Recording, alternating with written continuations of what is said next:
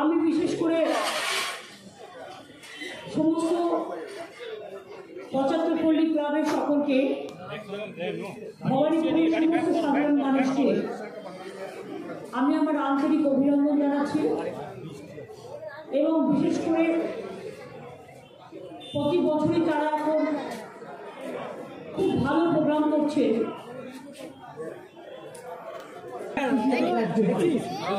এবং তার জন্য আপনারা আগে থেকেই চিন্তা ভাবনাটা করেছেন, ইজ ভেরি গুড। আমি নিজের রাতে শিব মন্দিরের ওখানে সেলফ হেল্প গ্রুপের মেয়েরা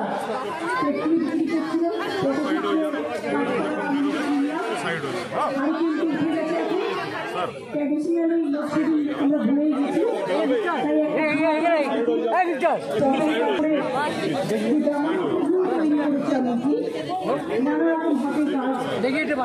মায়ের মূর্তিটাও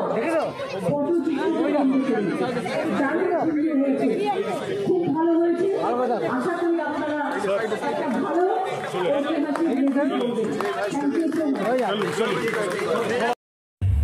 আমরা পটশিল্পকে বলছি, বাংলার পটশিল্প যেটা সারা পৃথিবী বিখ্যাত, সমস্ত জায়গায় পটশিল্পের কদর আছে। তা সত্ত্বেও আমরা মনে হয়েছে যে বাংলার পটচিত্রটা আমাদের এই বর্তমান সময় যে আধুনিক প্রজন্মের কাছে অনেকটাই পাথেয়, মানে তারা সেইভাবে বিষয়টা সম্বন্ধে উপলব্ধিও নয় বা তারা ব্যবহার করছে না সেইভাবে। সেই দিক দিয়ে মাথায় রেখে একজন পটুয়া সে দুর্গাপূজায় ভবানীপুর ৭৫ পল্লীতে তার ওয়ার্কশপ করেছে। বিভিন্ন রকম দ্রব্যের উপর পট চিত্র করে সেগুলোকে বিক্রি করারই তার উদ্দেশ্য।